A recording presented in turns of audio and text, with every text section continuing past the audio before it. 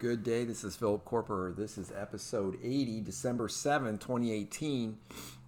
December 7th is Pearl Harbor Day. I was confused, and I thought yesterday that December 6th might be Pearl Harbor Day. I was wrong. It's December 7th. What a great time to reflect upon the memories of Pearl Harbor and how our country responded to that attack by the Japanese Navy in Pearl Harbor, and for the people who lost their lives that day, and for America's resolve to fight back and to defend ourselves. I wanted to start off talking about, I got a little bit of a cold, sorry. I wanted to talk a little bit about these sentencing filings. So these are coming up for Bob Mueller, okay, for Michael Cohen and Paul Manafort. It looks like Michael Cohen is, he's accused of lying to Congress about the Trump deal. For 30 years, the Trump organization was trying to build a major place in Russia. And Michael Cohen said that they were working on that, and that ended like in January of 2017. Well, it turned out that he said he lied, that they were still working on it until like July of 2017. Who cares? That was reported on back then. No real big deal. But so anyhow, can't lie to the FBI, can't lie to Congress. It's under oath.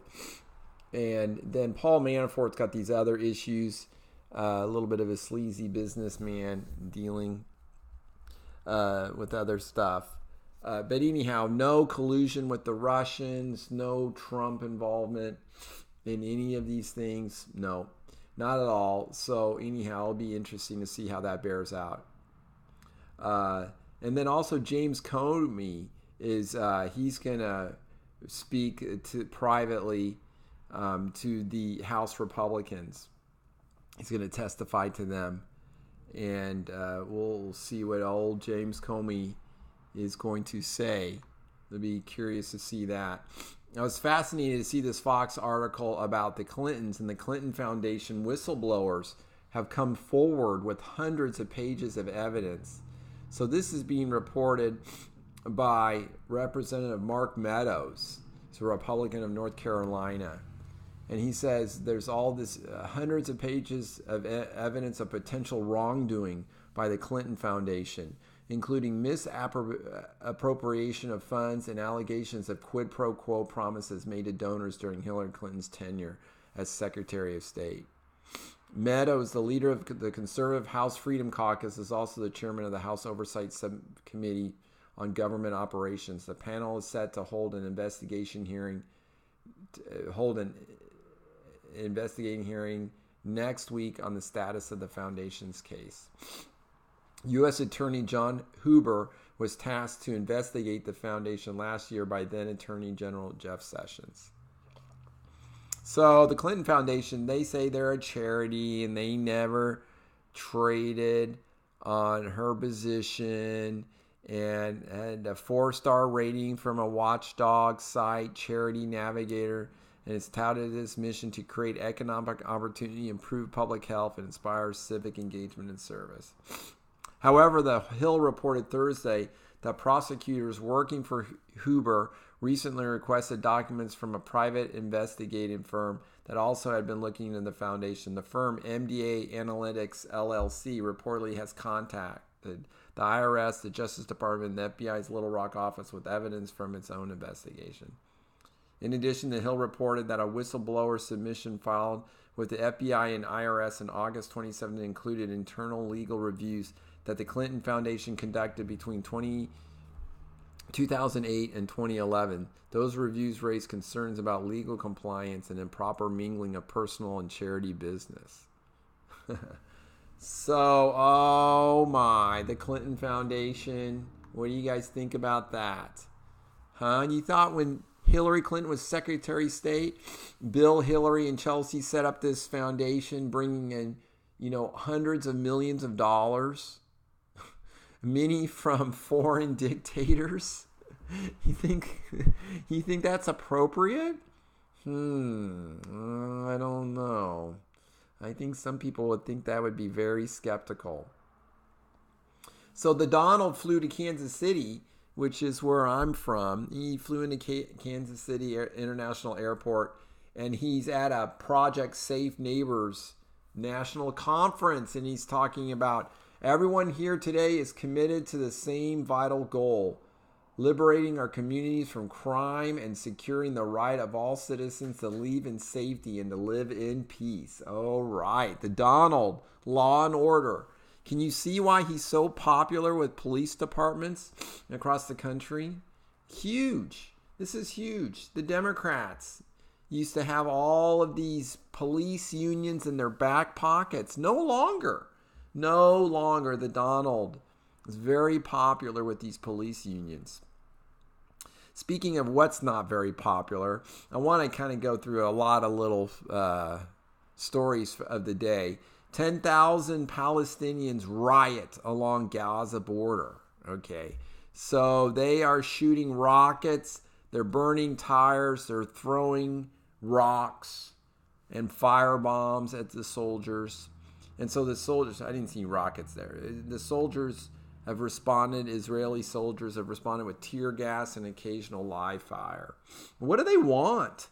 Okay, this is the fourth week in a row that Hamas security forces kept most demonstrators away from the fence following a ceasefire with Israel after a major flare-up last month. The IDF said Palestinians had not managed to breach the border fence and there were no injuries reported among Israeli forces. What do they want? This is a Hamas-run Gaza Health Ministry said 33 people were wounded. What did they want? Well, they want the death of Israel. They want the Israelis just to pack up and leave. It's just not going to happen. That's what they want. They want them to pack up and leave. Oh well. Breitbart's also reporting that the largest oil and gas reserves ever assessed are found in West Texas. I mean, this is incredible. It's so cool. Yeah, the Department of Interior announced Thursday their Permian Basin Wolfcamp Shale and Bone Spring Formation, spanning parts of West Texas and eastern New Mexico, hold the largest potential oil and gas resources ever discovered. This is amazing. This is truly amazing. They say it contains 46.3 billion barrels of oil, 281 trillion cubic feet of natural gas, and 20 billion barrels of natural gas liquids, more than 2 times larger than its 2016 assessment of the Wolfcamp Shale play. Wow, Christmas came a few weeks early. This is incredible. We have all of this energy, and there is really no proof that burning this energy really hurts the planet. There is no proof of that.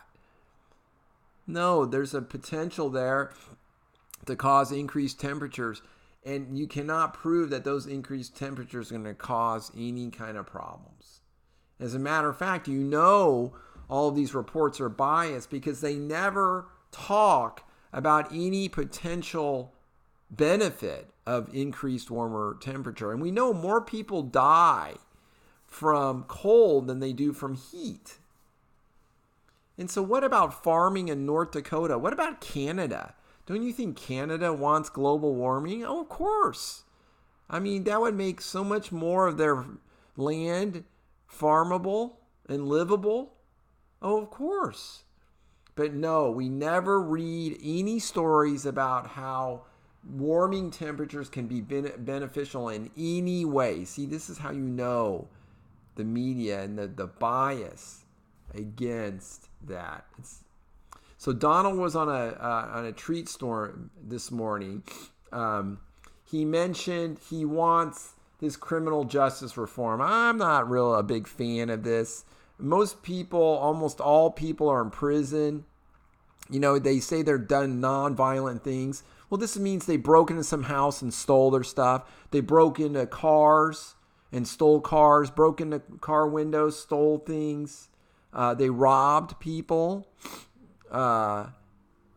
Or they, that might be a violent offense.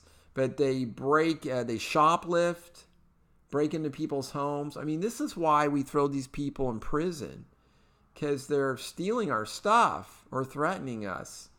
So I don't know. We'll see. Donald is saying there's strong bipartisan support, and so he's encouraging that. Fewer people in prison. I don't know. I think prison is really set up to keep bad people off the streets. Some people say it's to reform them. I don't know about that. Some people say it might be an incentive not to commit crime. Well, maybe. Yeah. But prison is, I think, its main purpose is just to keep bad people who break the law, off the streets, so they can't do it again. Donald is tweeting about Mike Pompeo is doing a great job. I'm very proud of him. His predecessor, Rex Tillerson, didn't have the mental capacity needed. He was dumb as a rock, and I couldn't get rid of him fast enough. He was lazy as hell. Now it's whole new ball game. Great spirit at stake. Well, Rex is kind of getting a little negative on Trump. Excuse me. And so Donald's gonna fight back. And then he's also he's nominated William P. Barr for the position of the Attorney General of the United States. Okay, so, and that's a former AG for George Herbert Walker Bush. And Donald said he's one of the most highly respected lawyers and legal minds in the country. He'll be a great addition to our team. I look forward to having him join our very successful administration. Donald said, I am pleased to announce that Heather Nauert, spokeswoman for the United States Department of State, will be nominated to serve as United Nations ambassador. So she's going to replace Nikki Haley. Then Donald was tweeting about the Mueller report. We will be doing a major counter report to the Mueller report. This should never again be allowed to happen to a future president of the United States. I agree with him. This is dumb. We had an election, okay? We don't want this special counsel messing around with our president, especially when there's no evidence of wrongdoing. This is so dumb. I mean, Donald make a joke about being nice to the Russians, and they do this stupid investigation. So this is true. The Mueller report, well, what will it do? He'll just give it to the Justice Department. Well, what are they going to do with it? Well, I don't know. Maybe nothing. Maybe they'll let some of it out to the public. But it's just a report that goes to the Justice Department. So what? Okay, it looks like it's not going to have very much stuff in there. Anything important would be leaked by now. And so then Donald can have a counter report, and then the American public will decide if this is worth it or not. I like it. Donald tweeted about Pearl Harbor, and they laid a wreath. Today we honor those who perished 77 years ago at Pearl Harbor. It's really cool. That reminds me, I've been watching, I watched the Netflix Medal of Honor. I watched the first episode. That's really, truly amazing. To think of our military men and women who risk their lives, who fight wars on our behalf is truly amazing. Who even sacrifice everything is truly, truly amazing. And it's a great blessing. Well, I wanted to mention, I really enjoyed George Herbert Walker Bush's funeral, Bush 41. I thought the Bushes did this in a very classy way. And, I'm really grateful for how well they did. This is a Breitbart article that talks about just how awful the McCain family and that funeral was. And there is an incredible comparison. John Nolte writes this piece about the Bush dynasty and the legacy, and that no one could ever accuse the family of not showing class and decency. They kept everything. They invited Donald Trump. They invited other people. I saw Joe Biden there. The Clintons were there. This was very unifying. The Bush family just set this up. They invited all the President Trump and his wife, and then all the former presidents. I mean, this is just it's unifying. Incredible unity and unifying. to have our presidents there. I've said that before yesterday. I know I'm repeating myself, but I really think that was so cool to have all of our presidents there, former presidents. And this shows you how great America is, because we have this peaceful power transition where the president of the United States, after he serves his term, and when he is not reelected, he steps down in power. Let's thank George Washington for that, and the founding fathers. What an incredible example of how our government works so well by giving a power to a man or a woman for 4 to 8 years and then stepping down. And we won't talk about FDR and his abuse of power, but we'll talk about all the other presidents who stepped down after 1 or 2 terms. It's just really wonderful how we give that power to a person to be the head of state, president of the United States, and then he's not. And then he becomes a citizen again. Vladimir Putin, no. Xi Jinping in China, no. It looks like, Venezuela, no. Cuba, no. It doesn't quite work out. This is truly amazing. So I think that's great. And I just think the Bush family, they were so classy. They did not do chants against Donald. Like the John McCain funeral, they were clapping and taunting Donald. It was so gross. So kudos to the Bush family. I really think that was amazing. So Alan Dershowitz, the Harvard law professor, who's a Democrat, voted for Hillary Clinton. He is saying that, there is no crimes apparently that Michael Flynn committed. So once again, the Bob Mueller campaign goes on, the investigation goes on, but no really crimes. I mean, Mueller's now saying that he shouldn't even serve any jail time. I mean, we're spending all this money on this investigation. I mean, this really looks really bogus. I can't wait. That'll be great when it gets over. And the one good thing about this Mueller investigation, we're just talking about that. We're not talking about, gun control, or we're not talking about increasing welfare, or we're not talking about giving citizenship to a bunch of illegal aliens. No. So that's the good news. We're not raising taxes, not increasing spending. So those are really good things. It's interesting to note also now there's a new report out revealing chains of emails between FBI officials regarding the FISA applications for the Trump associate that may contain the most damning evidence to date of potential abuses of the Foreign Intelligence Surveillance Act, or FISA. Okay, so this is all being revealed, these emails. And so the government started spying on Carter Page, and they had to go to a judge to get permission, a special FISA court judge, secret judge, secret request. And the data, the facts that they presented the judge were just all trumped up by Daniel Steele, Fusion GPS, and were just concocted by the FBI and the Hillary Clinton campaign, who paid for all this opposition research on Donald Trump. And so this is coming to light now. This will be fun to see more evidence of this incredible spying that Barack Obama did on the Trump organization. Incredible spying. This dwarfs Watergate by a huge factor. Watergate was about a break-in when they're trying to, figure out what the Democrat Party was going to do. Okay? It wasn't the FBI doing the break-in. No, Obama used the FBI, the actual government people. Nixon used a few hacks, Joe Blow guys, some low-budget people that were just paying money to do it. No, Obama used the FBI to spy on Trump. I mean, it's incredible how he's gotten away with this. Donald Trump yesterday had a Hanukkah party. It was great. They were chanting 4 more years for Donald. Donald corrected them, said, well, that would be 6 years, 2 years now, and then the election, then 4 more years. It's pretty funny.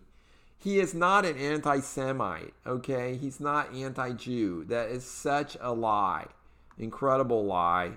And I'm excited to, in the Jewish community, for them to respond more closely to the Republican Party rather than identifying with the Democrats.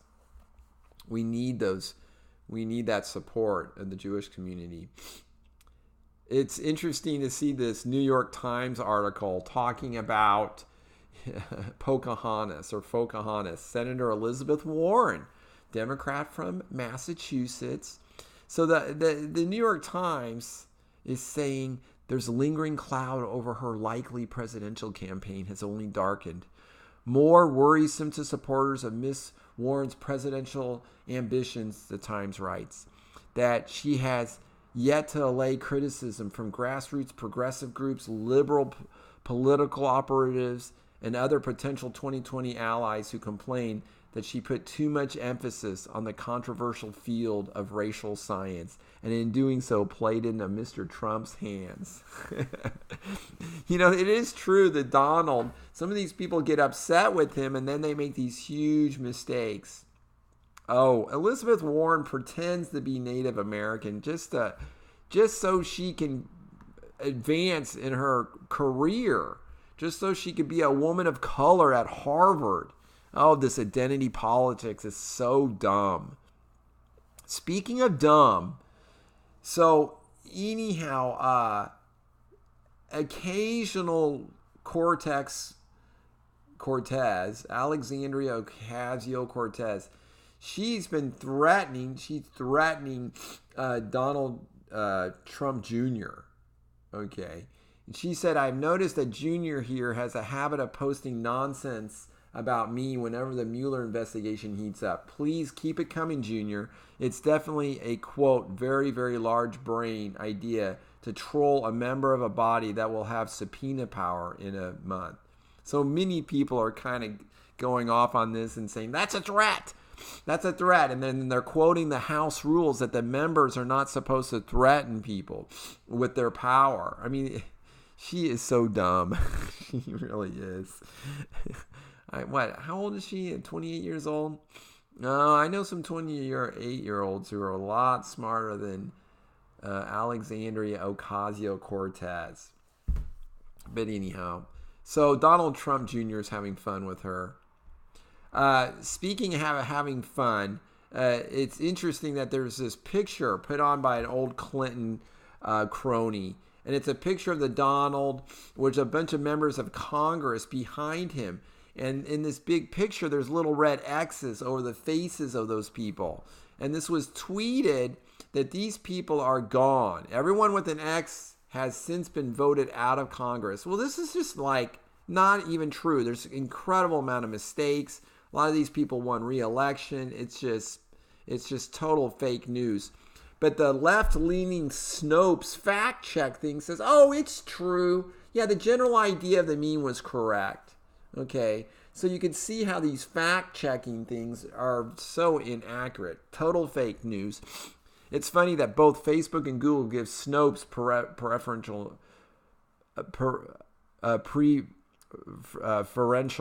preferential treatment on their sites. Of course, it's a left-leaning group. So we're finding more fake news, and that was reported by the Daily Caller. I just want to just mention as I close about December 7th and honoring those men and women who served in World War II, and for the incredible American victories that we had with the Allies as we fought back the Nazis, the National Socialist Party, and Japanese imperialism. So grateful for those men and women who sacrificed. And as I was watching that Medal of Honor episode, the first one on Sylvester Antelock, who basically charged a German machine gun battery, 2 of them, as his men were pinned down, charged them, and so it allowed the Americans to overtake them. It's truly amazing, and he gave his life for that cause. It's incredible bravery and courage. It's something I'm super grateful for. Thank you so much for listening. I wanted to close with a scripture from the Book of Mormon, Helaman chapter 5, verse 12. And now, my sons, remember that it's upon the rock of our Redeemer, who is Christ, the Son of God, that you must build your foundation, that when the devil shall send forth his mighty winds, yea, his shafts in the whirlwind, yea, when all his hail and his mighty storm shall beat upon you, it shall have no power over you to drag you down to the gulf of misery and endless woe, because of the rock upon which you are built, which is a sure foundation, whereon if men build, they cannot fall. This is Philip Koerper. This is the Philip Koerper Show, copyright 2018. Please subscribe at iTunes or SoundCloud, or watch the video at the Philip Koerper Show, as you can find it on Google, and a link at philkoerper.com. You guys have a great day, and keep the faith.